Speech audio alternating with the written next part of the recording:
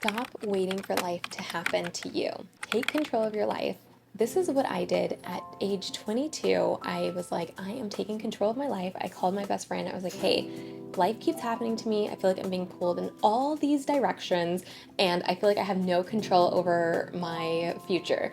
So I told her, starting today at 22 years old, I'm done letting life happen to me. And I'm a very go with the flow kind of person, but making that decision was the best decision I could have ever made in my life. So I'm going to dive into how to maybe stop letting life happen to you, how to take control of your life, specifically career-wise. But I feel like this was my first introduction into intentional living. So let's get into the story. I think I was 22, 23 years old. I was studying psychology. Someone found out that I was studying psychology, a lady who was much older than me, and she decided she was going to be my mentor to do sports psychology, I think it was. I don't like sports. I didn't know how to say no, and I was just like, oh, okay. And she took me under her as a mentee to become a sports psychologist. And I was just like, wait, what? Like, is this what I'm doing? Okay. And I had no direction. I didn't tell her no. I just let her mentor me because I'm like, if someone offers to be a mentor, sure. But I felt like a lot of things like that were happening. I had like 8 different jobs because people kept offering me random jobs, and I had no clear direction onto where I wanted to go. But in my heart, I knew I wanted to do modeling, but me being in school to like be a psychologist was not leading me to the path of wanting to be a model or becoming a model.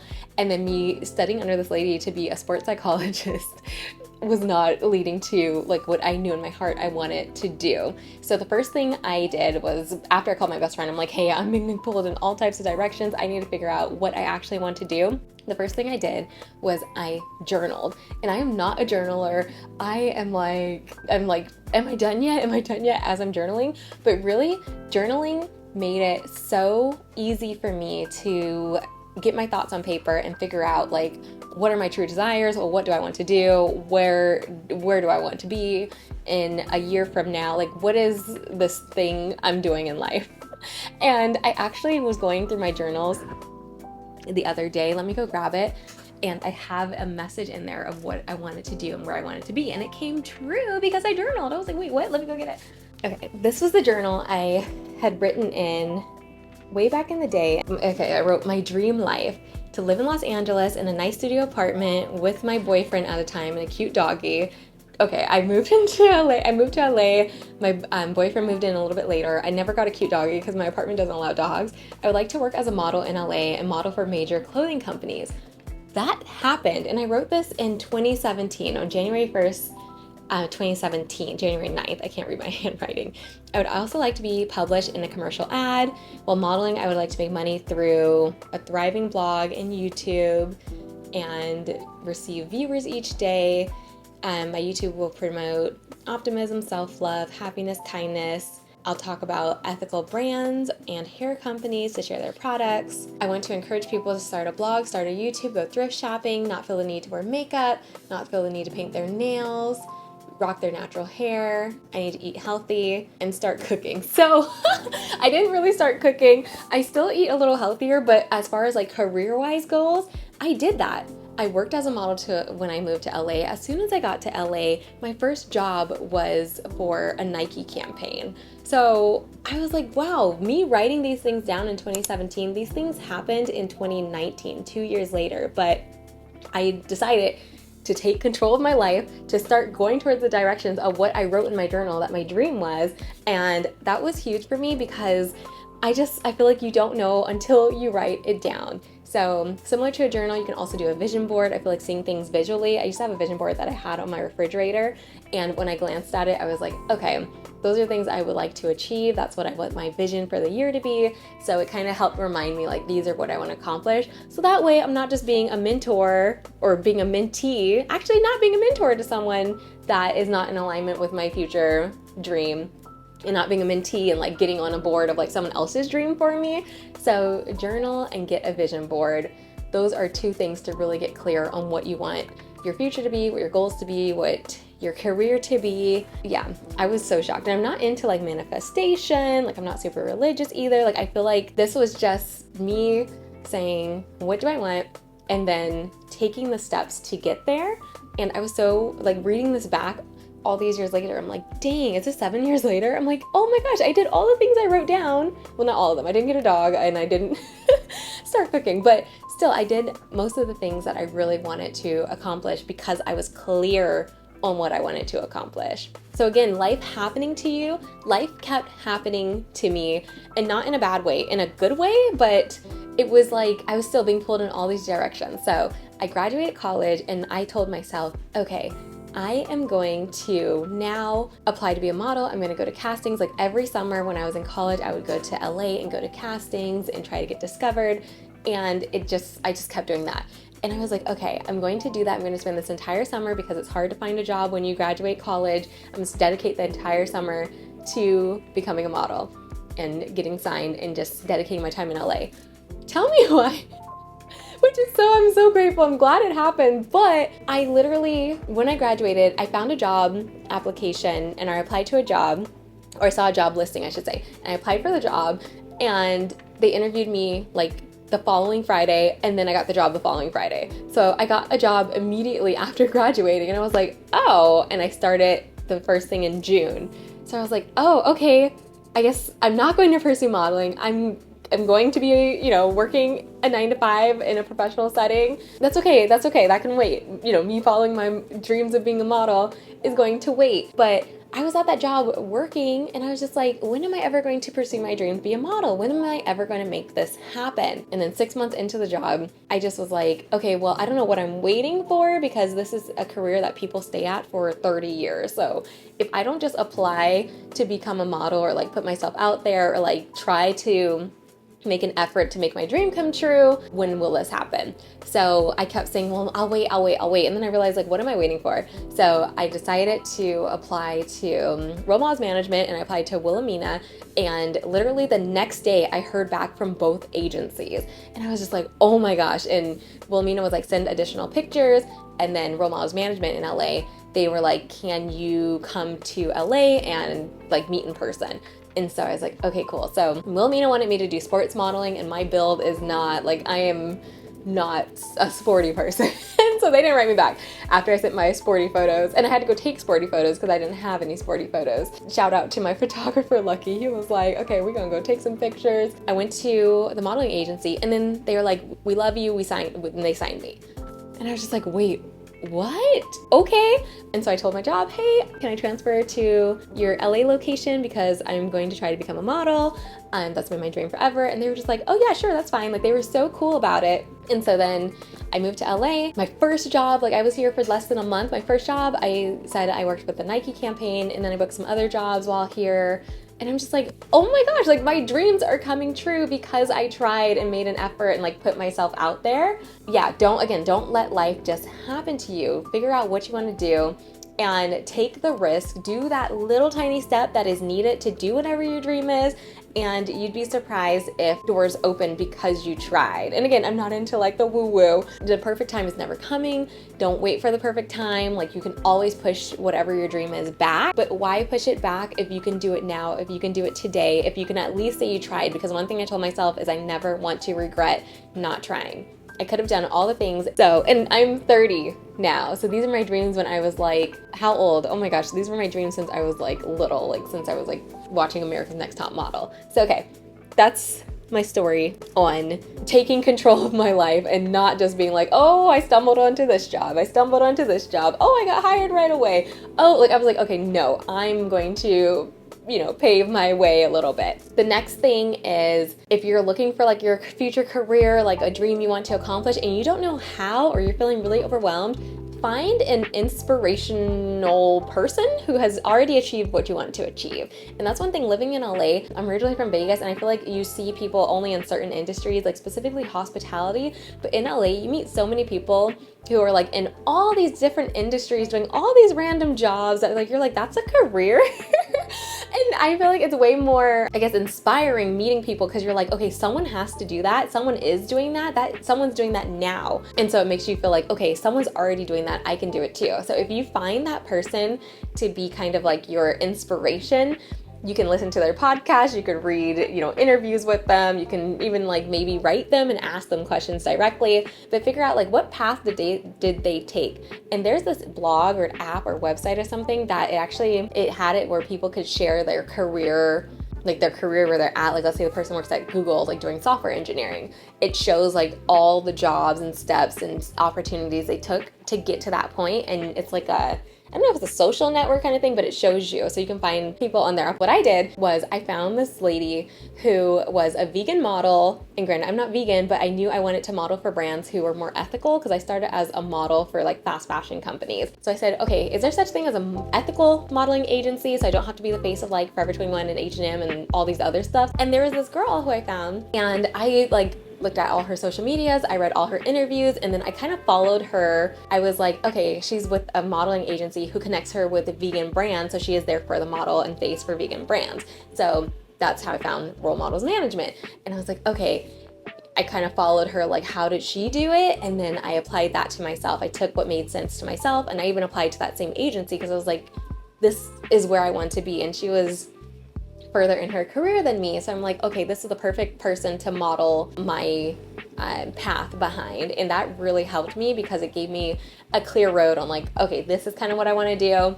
This is how she got there. So, she already paved the way. So let me like follow on those tracks, but like do it my way. All right, the next thing is getting out of your comfort zone is really good for living intentionally, like getting these dreams happening, getting your dream career, getting your dream whatever. Get out of your comfort zone. This means going to events. For me, it meant going to castings and being told to dance when I cannot dance. I went to a casting once and I was like, they told me to come in roller skates. I cannot roller skate, but I thrifted a pair of roller skates just in case. And so I had a pair of roller skates. I show up and I'm like expecting to just like make it seem like I can roller skate because that's all it is, like acting. I'm doing commercials and stuff.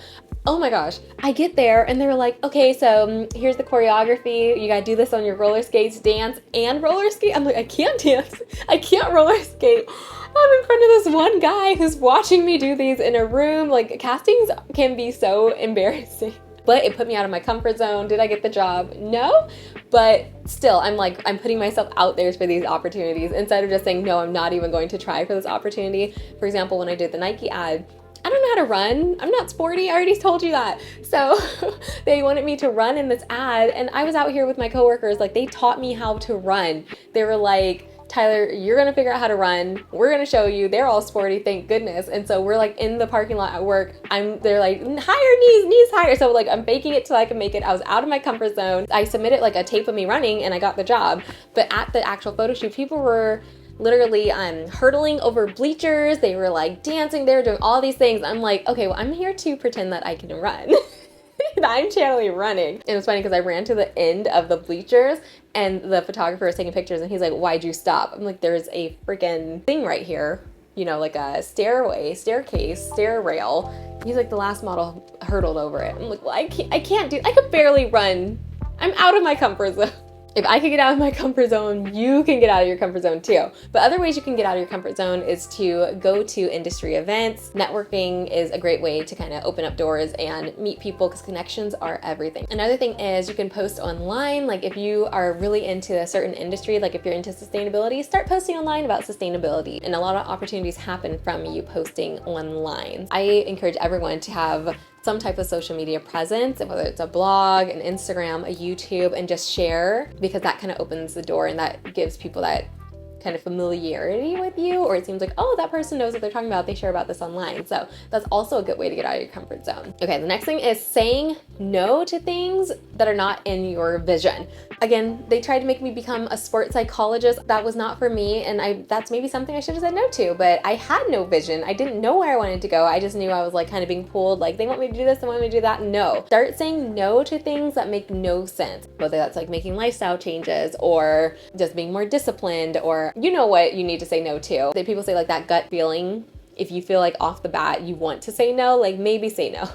It's okay. People will understand. By saying no, you can get clearer to the path. So for me, I told you I wanted to be a model, but like an ethical model. So it doesn't make sense for me to book a job with Forever 21. Or for me, I've been doing like ethical influencing. So if I get a job from like Pepsi, I'm like, no, that doesn't make sense. So even that way, if you're doing like an influencer kind of route, you can say no to brands that don't make sense. But no, no, no. The last thing that really helped with me like living more intentionally, and like, I don't know what I'm calling this video, so I'm just putting all the keywords in there.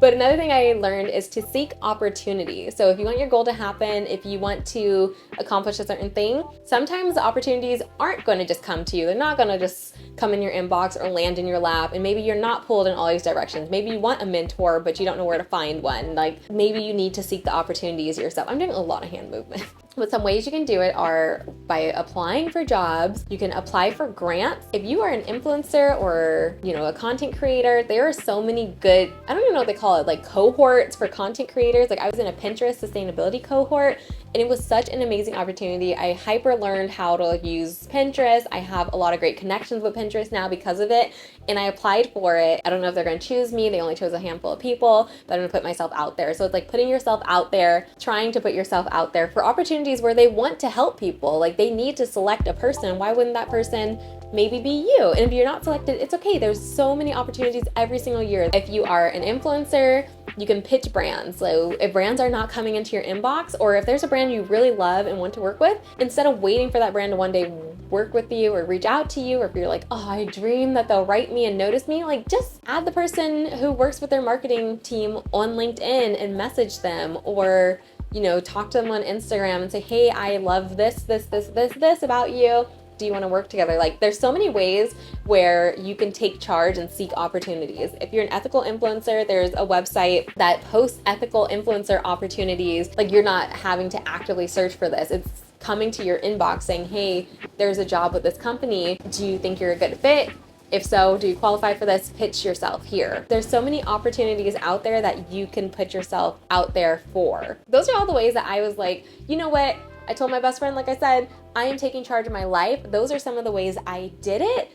And because of that, I moved to LA, which has been an amazing time. I've been here for 6 going on 7 years. I've modeled for a lot of brands out here. I have a decent online presence. I still work my 9-to-5 job and I'm happy there. And it's because I asked. I was like, hey, can I do both? Like you have to pave your own way or just ask for things. And my job was like, yeah, sure, that's fine. We don't care. But like, you don't know until you ask. So those are all of the ways that I feel like it helped me really get clear on what I wanted to do. Now I'm in a weird stage where I'm a mom. I don't know if you see my daughter sleeping back there, but now I'm like, maybe I need to journal again and figure out, okay, now that I'm a mom, what is my next direction? Like, what do I want to do now? Because everything changed after I had a daughter. Like all this online presence stuff, I'm like figuring out, how do I want to show up? How do I want to do this? How do I want to do that? Do I still want to model? Do I still want to do this? Although I love a good hand modeling job, those are always really fun, but I'm like, how do I want to show up now? So I need a journal and figure it out. So I hope this video was helpful. Let me know in the comments below if you have any thoughts to share, or if you feel like you have no clear direction, or if you feel like you've done some of these things and you have a clear direction and it's changed your trajectory of a life, like you're not letting life happen to you. Let's have a discussion. Thank you so much for watching. I'll see you next time. Bye. Hello. So last week I filmed a video called Stop Letting Life Happen to You, and it was about like intentional living and taking control of your life and, you know, guiding your life. And it's just very humbling and interesting that right after I filmed that video I ended up in the hospital because life happened to me. So I feel like I need to maybe discuss like doing something with your life when life does happen, because this is my second time being in the hospital now. I've been in the hospital for 4 days. I'm probably going on 5, and then in the past I got in a really bad car accident and I was in the hospital for 10 days. So sometimes life does happen to you, and you can't have any control on it. You can't stop it from happening. And I feel like my last video was very like positive wishful thinking, like, oh, you can take control and take reins, but we really don't have like control over certain things. So I don't know, this is like, I don't know how I'm going to include this footage, if I'll even use this footage, or what to do with this. But yeah, sometimes things happen.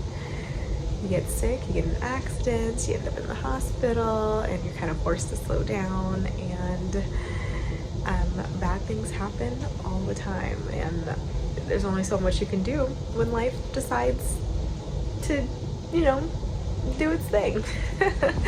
But okay, I'm I'm going to end this video so I don't just cough and be gross. All right, bye.